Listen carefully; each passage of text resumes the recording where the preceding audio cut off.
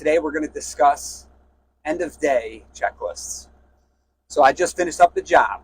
I'm getting ready to go home and crack a cold one, but first I got to take care of the machine that takes care of me. So what I'm going to do first, I'm going to leave the machine idling at a low idle in order for it to cool down.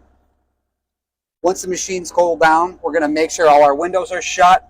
We're going to make sure our air conditioning's turned off. We're going to turn off the radio. All these electrical components draw a lot of battery life, and the last thing you need tomorrow morning when I get back to work is for this machine to be dead. So once we've got everything cooled down, we can then shut it off.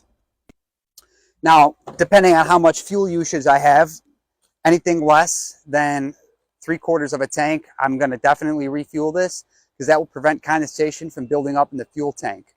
In the wintertime is when you really are going to have an issue with that, because over time, the water building up in that fuel tank is going to clog filters and just create havoc. DEF fluid is another thing I'm going to look at. I want to top that off. This machine does not take DEF, so I can skip that step on this one. However, anything over 75 horsepower more than likely requires DEF. Therefore, you're going to want to keep up on that as well. After we've checked and topped off our fluids, we're going to check all our grease points. A lot of these grease points need to be greased every 8 hours. On an excavator, especially down here at the stick, you're going to want to maintain all the way up the boom and down. Depending on how much you're using your blade, you're going to want to grease those as well.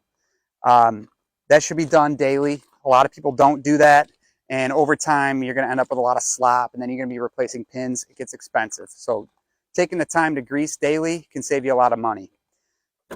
Lastly, many machines are equipped with a master kill switch by the battery. This machine, however, does not, but it's always good to check. This battery is right down here.